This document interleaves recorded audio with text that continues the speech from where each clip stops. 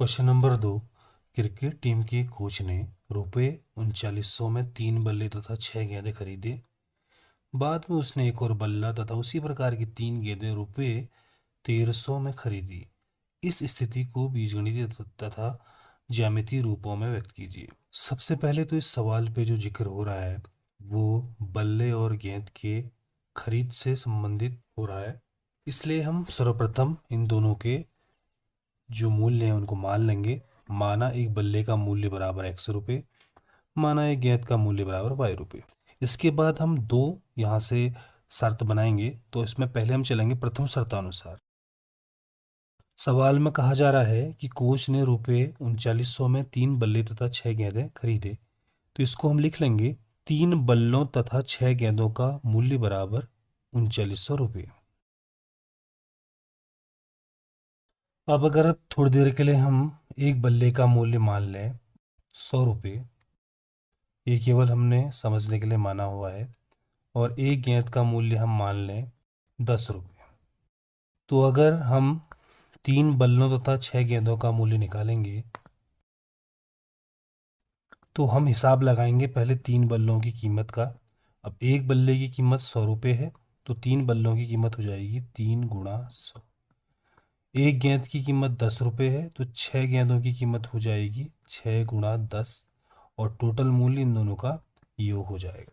लेकिन ये हमने केवल यहाँ पे समझने के लिए माना हुआ है। 100 और ₹10 हमने अपने हिसाब से यहाँ पे माने हैं। इस बार जो सवाल पे हमने वास्तव में जो बल्ले और गेंद का मूल्य माना है ये X और Y है। तो जैसे यहाँ पे हमने 100 और 10 माना था, यहाँ पे इस सवाल पे 100 और 10 की जगह हम X और Y के रूप में प्रयोग में लाएंगे। एक बल्ला अगर आ रहा है ₹X का, तो हमारे सवाल पे 3 बल्ले खरीदे गए हैं, तो 3 बल्लों का जो रेट है ये हो जाएगा 3 गुणा X, यानी कि ₹3। ऐसे ही अगर एक गेंद हमारी आ रही है ₹Y की, तो सवाल पे जो गेंदें खरीदी गई हैं वो 6 गेंदें खरीदी गई हैं, तो 6 गेंदों का मूल्य हो जाएगा 6Y। तो कुल मूल्य यहाँ से हमारा आ जाएगा इन दोनों का योग, यानी कि 3X धन 6Y रुपयों का योग आ जाएगा।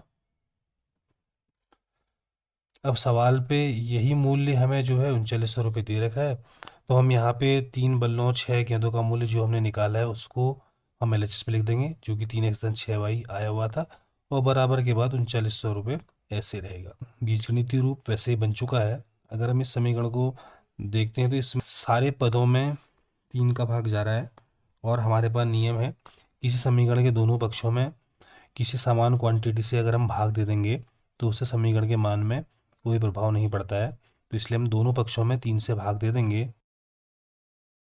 तो ये हो जाएगा 1/3। LHS हमारा 3X प्लस 6Y है, में हमने 3 का भाग दे दिया, और बराबर के बाद जो RHS है उसमें भी हमने 3 का भाग दे दिया। अब ये जो 3 है ये दोनों के बट्टे में आएगा, तो 3 से X का 3 कटेगा तो X बचेगा, और इस 3 से 6 कटेगा 2 बार, तो ये 2Y हो जाएगा। बराबर यहाँ पे 3 से 3900 कटेगा 1300 बार। अब इस 1300 को हम पक्षांतर कर लेते हैं। वैसे तो बीजगणितीय रूप हम इतने में भी छोड़ सकते हैं, लेकिन चूंकि मानक रूप में बराबर के बाद 0 रखते हैं, तो अगर हम मानक रूप में रख लें तो ज़्यादा बेहतर है। यहाँ पे हम ऐसे भी इसको लिख सकते हैं, X धन 2Y माइनस 1300 इक्वल टू 0। ये हमारा पहला बीजगणितीय रूप आ जाएगा, इसको हम फर्स्ट मान लेंगे। ये वाला काम हमारा रफ में होना है। इसी प्रकार हम द्वितीय शर्तानुसार में देखते हैं कि एक बल्ला और उसी प्रकार की 3 गेंदें रुपये 1300 में खरीदी गई हैं, तो हम लिख लेंगे एक बल्ला तथा 3 गेंदों का मूल्य बराबर ₹1300। तो बराबर के बाद का जो 1300 है ऐसे रहेगा। ये जो LHS की वैल्यू है इसको हमने अपने हिसाब से निकालना पड़ेगा। हम यहाँ पे फिर दोबारा से लिख लेते हैं, एक बल्ला माना हुआ है ₹X का, और एक गेंद मानी हुई है हमने ₹Y की। तो अगर एक बल्ला X का है तो X यहाँ पे आ जाएगा, एक गेंद Y की है तो 3 गेंदें आ जाएंगी Y गुणा 3, यानी कि 3Y। तो इनका कुल मूल्य हो जाएगा इन दोनों का योग, जैसा कि हमने ऊपर भी किया था, और बराबर के बाद 1300 ऐसे रहेगा। इस 1300 को हम बराबर के इस साइड भेज देंगे, तो मानक रूप में हमारा बीजगणितीय रूप आ जाएगा। तो पक्षांतर हम कर लेते हैं।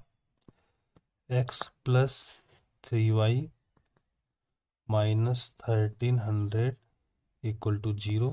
इसको हम बॉक्स में डाल देंगे। ये हमारा दूसरा बीजगणितीय रूप आ चुका है।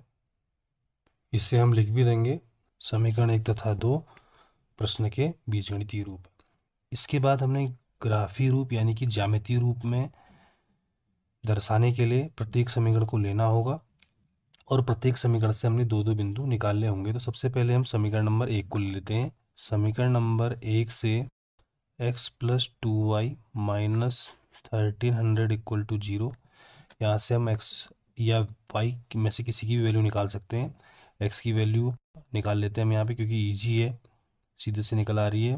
1300 माइनस 2y हो जाएगा। अब हम एक बॉक्स बना लेंगे, यहाँ पे x और यहाँ पे y लिख देंगे।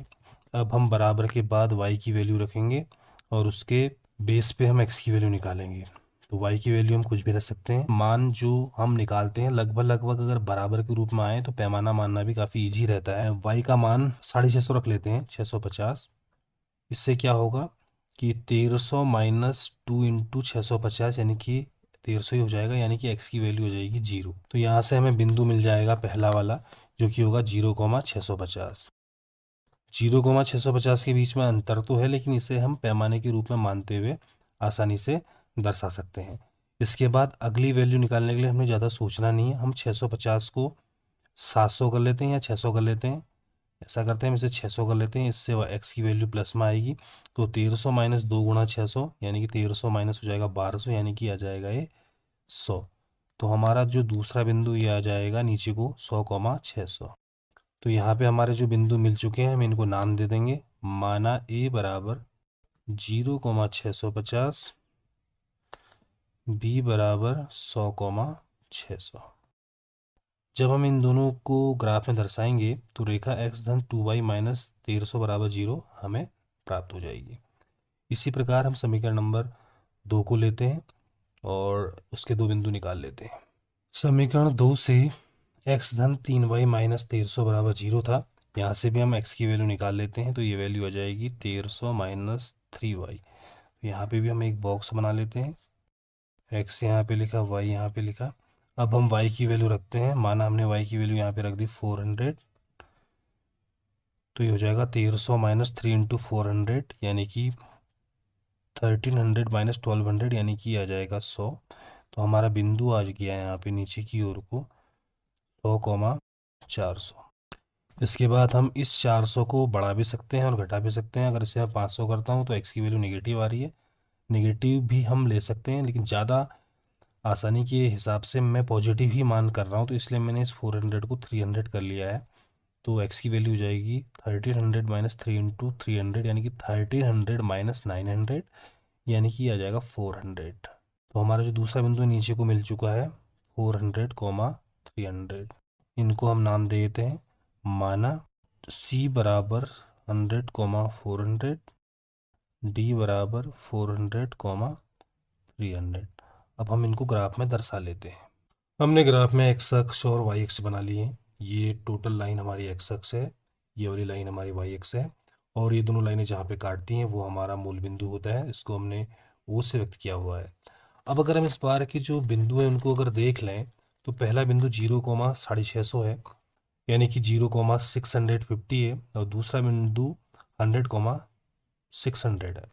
तो इस बार मान हमारे बहुत बड़े बड़े हैं। अगर हम यहाँ से 1 2 3 4 5 ऐसे करके चलते हुए जाएंगे तो इनको दर्शाना जो है बहुत मुश्किल काम हो जाएगा। तो इसलिए हमने पैमाना मानना पड़ेगा। अब पैमाना हमारा जो माना जाता है वो एक्स अक्ष पर एक्स अक्ष के बिंदुओं के हिसाब से माना जाता है और वाई अक्ष पर वाई अक्ष के बिंदुओं के हिसाब से माना जाता है। तो अगर मैं एक्स अक्ष के बिंदु देखता हूँ तो 0 100 100 400 है। तो अब मैं आसानी के लिए 1 सेंटीमीटर बराबर 100 यहाँ पे मान लेता हूँ। यहाँ पे 1 सेंटीमीटर बराबर 100 हम रुपए मानेंगे, यानी कि ये एक्स जो हमारा कोऑर्डिनेट है ये हमारा बल्ले का मूल्य है। और अगर मैं दूसरे कोऑर्डिनेट देखता हूँ तो दूसरे कोऑर्डिनेट हैं 650 600 400 300। तो यहाँ पे भी हम 1 सेंटीमीटर बराबर 100 रुपये मान लेते हैं, क्योंकि ये वाई कोऑर्डिनेट है, यानी कि ये एक गेंद का मूल्य है, तो इसका मात्रक भी रुपयों में होगा। तो इस पैमाने को हम यहाँ पे ऊपर लिख लेते हैं। तो एक्स अक्ष में हमने पैमाना 1 सेंटीमीटर बराबर 100 रुपये मान लिया है, और वाई अक्ष में भी पैमाना हमने 1 सेंटीमीटर बराबर 100 रुपये मान लिया है। हम पैमाना अलग अलग भी मान सकते हैं। इस बार चूंकि हमारा 100 से काम चल जा रहा है, तो हमने 100 के हिसाब से मान लिया है। अब हमारा एक्स अक्ष में जो 1 2 3 4 5 6 करके आता था, वो यहाँ से लेकर यहाँ तक 1 सेंटीमीटर तो है, पर अगर मैं सवाल के अकॉर्डिंग चलूँ तो ये 100 रुपये है। तो ये जो मैं 100 लिख रहा हूँ, ये रुपयों में चल रहा है अभी। यहाँ पे 200 आ जाएगा, 300, 400, 500, 600, 700, 800 आगे चलता रहेगा। ऐसे ही ऋणात्मक की ओर को माइनस का 1 न हो के इस बार माइनस का 100 हो जाएगा, और यहाँ पे माइनस का 200 हो जाएगा। ऐसे ही प्लस वाई में ऊपर को 100, 200, 300, 400 करके चलते रहेंगे, और यहाँ नीचे माइनस में -100, -200 कर लेंगे। ये असल में रुपये चल रहे हैं। रुपये वैसे ऋणात्मक होते नहीं है, लेकिन चूंकि पैमाना मान लिया है, तो मैं यहाँ पे इनको इसी पैमाने के अकॉर्डिंग लिख रहा हूँ। अब हम पहले बिंदु ए को दर्शा लेते हैं, 0,650। तो 0 एक्स अक्ष में, यानी कि यहीं पे रहेंगे, बिल्कुल भी नहीं खिसक पा रहे हैं। 650 हम ऊपर को जाएंगे, 100, 200, 300, 400, 500, 600 के जो बाद आधे में पहुंचेगा, ये हमारा 650 होगा। इसको हमने इसके बाहर से सर्किल बना दिया, नाम इसका ए 0,650 हो जाएगा। ये जो है लाइन को मिलाने के बाद हम लिख लेंगे। इसके बाद दूसरे पॉइंट यानी कि बी पे आते हैं, 100,600 है, तो 100 इधर को गए हम, और 600 ऊपर को आए, तो यहाँ पे बना हुआ है।